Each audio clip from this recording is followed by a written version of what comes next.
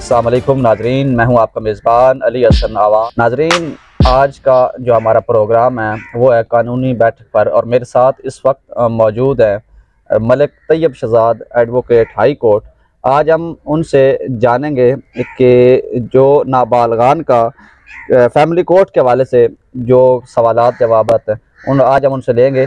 तो family court जो है वो कौन कौन से जो मुकदमात हैं वो डील करती है, इस हवाले से सर आप हमें बताएं कि जो फैमिली कोर्ट है उसका क्या मकसद है और वो कौन कौन से मुकदमा डील करते हैं। अस्सलाम वालेकुम। वालेकुम सलाम, बिस्मिल्लाहिर्रहमानिर्रहीम। सबसे पहले मैं आपको बता दूं कि जो फैमिली कोर्ट है उसमें आप किस किस नौइयत का जो दावा है वो दायर कर सकते हैं। तो उसमें फ़र्स्ट ऑफ़ ऑल जो है वो फैमिली कोर्ट का बेसिकली जो पर्पस है वो ये है कि ख़वातीन जो हैं वो उनको और नाबालग जो बच्चे हैं उनको कंपनसेट किया जाए। इस कानून के बनाने का मकसद ही बेसिकली ये था।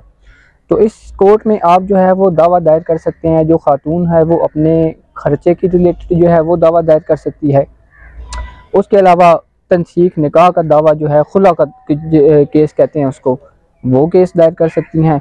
उसके अलावा जो नाबालग बच्चे होते हैं, जो माइनर्स होते हैं, ठीक है, वो अपना ख़र्चा जो है वो अपने वालिद के अगेंस्ट क्लेम कर सकते हैं। तो इस नौइयत के जो है मुकदमात अब इसमें थोड़ा सा इजाफ़ा कर दिया गया है। उसमें यह है कि नाबालग का अगर वो वालदा के पास हो तो उसके वालिद के साथ जो मुलाकात का जो शेड्यूल है वो भी फैमिली कोर्ट जो है उसकी जुरिस्डिक्शन उसको हासिल है।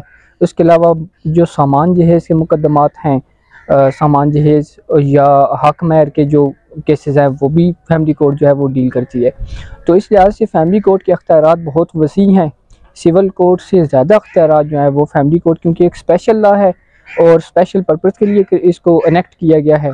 तो फैमिली कोर्ट के को जो है वो वसी अख्तियारात हासिल हैं।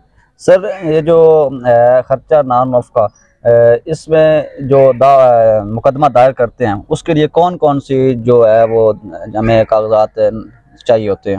जो फैमिली कोर्ट में आप दावा दायर करते हैं तो उसके लिए बेसिकली आपका जो है वो आईडी कार्ड होना चाहिए आपके पास। अगर आईडी कार्ड आपके पास मुयस्सर नहीं है तो उसके अल्टरनेट के तौर पे आप जो है वो अपनी तस्वीर जो है वो भी लगा सकते हैं। जो खातून है जिसकी तरफ से आप दावा दायर कर रहे हैं उसकी पासपोर्ट साइज़ फ़ोटो जो है वो भी दावे पे एक्सेप्टेबल है। वो दावे पे आप चस्पा करके बग़ैर आईडी कार्ड के आप दावा दायर कर सकते हैं। उसके अलावा अगर आप सामान जहेज़ की रिलेटेड जो दावा दायर कर रहे हैं तो आपके पास रसीदात हैं वो अगर हों तो ज़्यादा बेहतर होता है, ना हो तो भी दावा जो है वो मेंटेनेबल है। लेकिन अगर आपके पास सामान जहेज़ की बाबत रसीदात मौजूद हों तो वो ज़रा आपके चांसेस जो होते हैं वो बढ़ जाते हैं डिग्री होने के। इसके अलावा अगर आप बच्चों का ख़र्चा जो है वो क्लेम कर रहे हैं तो आपको ये देखना होगा कि बच्चे अगर स्कूल गोइंग हैं तो आपने बच्चों के उस मुतलका स्कूल से स्कूल गोइंग सर्टिफिकेट बनवा लेना है। और उस पे आपने मंथली जो फ़ीस है बच्चों की, जो एक्सपेंस आप करते हैं स्कूल के जितने एक्सपेंस हैं वो सारे मेंशन करवा लेने हैं। वो सर्टिफिकेट आपने साथ लफ करना है। उसके अलावा बच्चों की जो तारीख़ पैदाइश है, नकल पैदाइश, वो यूनिकॉन्सल से ले लें, सर्टिफिकेट होता है वो, ठीक है।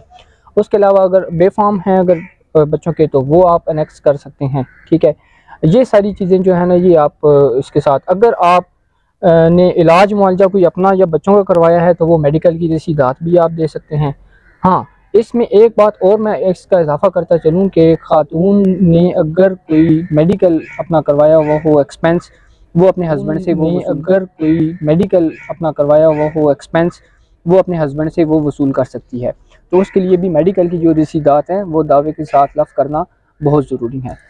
सर, जैसा कि आप दोनों शख्सियात हमारे पास मौजूद हैं, तो आजकल जो ट्रेंड है यानी कि ज़्यादातर जो होते हैं वो खावंद और जो बीवी होती है उसमें तलाक हो जाती है, और जो नाबालगान है, आपने मेरे तकरीबन सवाल का जो जवाब वो पहले दे दिया है। जी जी। लेकिन जो यानी कि नाबालगान का जो खर्चे का दावा है वो किस तरह कर सकते हैं।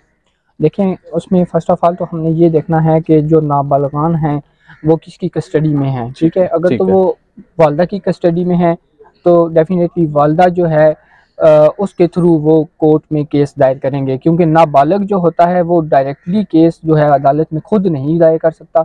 उसने जब भी अपना ख़र्चा क्लेम करना है या उसने कोई भी मामला अदालत में लेके जाना है तो थ्रू गार्डियन जो है वो केस दायर होगा, ठीक है। डायरेक्ट उसका केस नहीं होता। तो ये है कि वो थ्रू गार्डियन अपनी वालदा को वो करते हुए उस वालदा के थ्रू जो है केस दायर करेगा। अच्छा सर, जो मेरा आखिरी सवाल होगा आपसे वो ये होगा कि जो नाबालगान का जो खर्चा होता है वो वसूल करने के लिए जो अदालत है और जो अदालती उज़्मा है वो यानी कि किन अमूर को देखती है?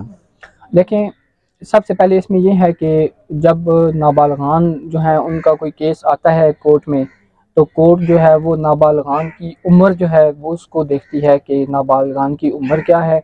उसके अलावा वो ये देखती है कि आया कि नाबालगान स्कूल गोइंग है या कि अभी स्कूल जाने की उस उम्र में या उस जी जी। पोजीशन में नहीं है। ठीक है, एक जो फैक्टर है वो ये होता है।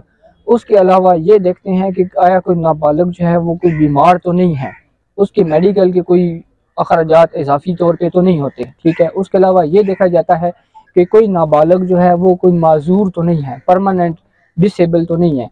तो इन फैक्टर्स को मद्देनज़र रखती है अदालत, और इन चीज़ों को मद्देनज़र रखते हुए साथ में जो आपका बहुत ज़रूरी एक मैंडेटरी चीज़ है जो अदालत देखती है वो ये होता है कि जो हस्बैंड है, जो वालिद है उनके उन नाबालगान का, उसकी पेइंग कैपेसिटी कितनी है, वो काम क्या करता है, आया कि बिजनेस कर रहा है या आया कि कोई मजदूरी कर रहा है। तो उस हिसाब से वो जो कोर्ट है वो एक्सपेंस जो है वो डिग्री करती है। ये नहीं हो सकता कि एक जो है वो बिजनेसमैन हो, महीने की लाखों की आमदन हो, और एक बंदा मजदूर हो, तो उन दोनों पे जो है वो बिल्कुल इक्वल लेवल पे जो है वो खर्चा डाल दे। तो उस तनासब से उसकी जो तनख्वाह मंथली होगी या इनकम होगी, उस तनासब से जो है वो बच्चों का खर्चा मुकर्रर किया जाता है। जी नाज़रीन, ये हमारे साथ मौजूद थे इस वक्त Malik Tayyab Shahzad, advocate high court. आज हम उनके पास मौजूद थे और आज हमने उनसे जो है वो सवालों के जवाब किए हैं कानूनी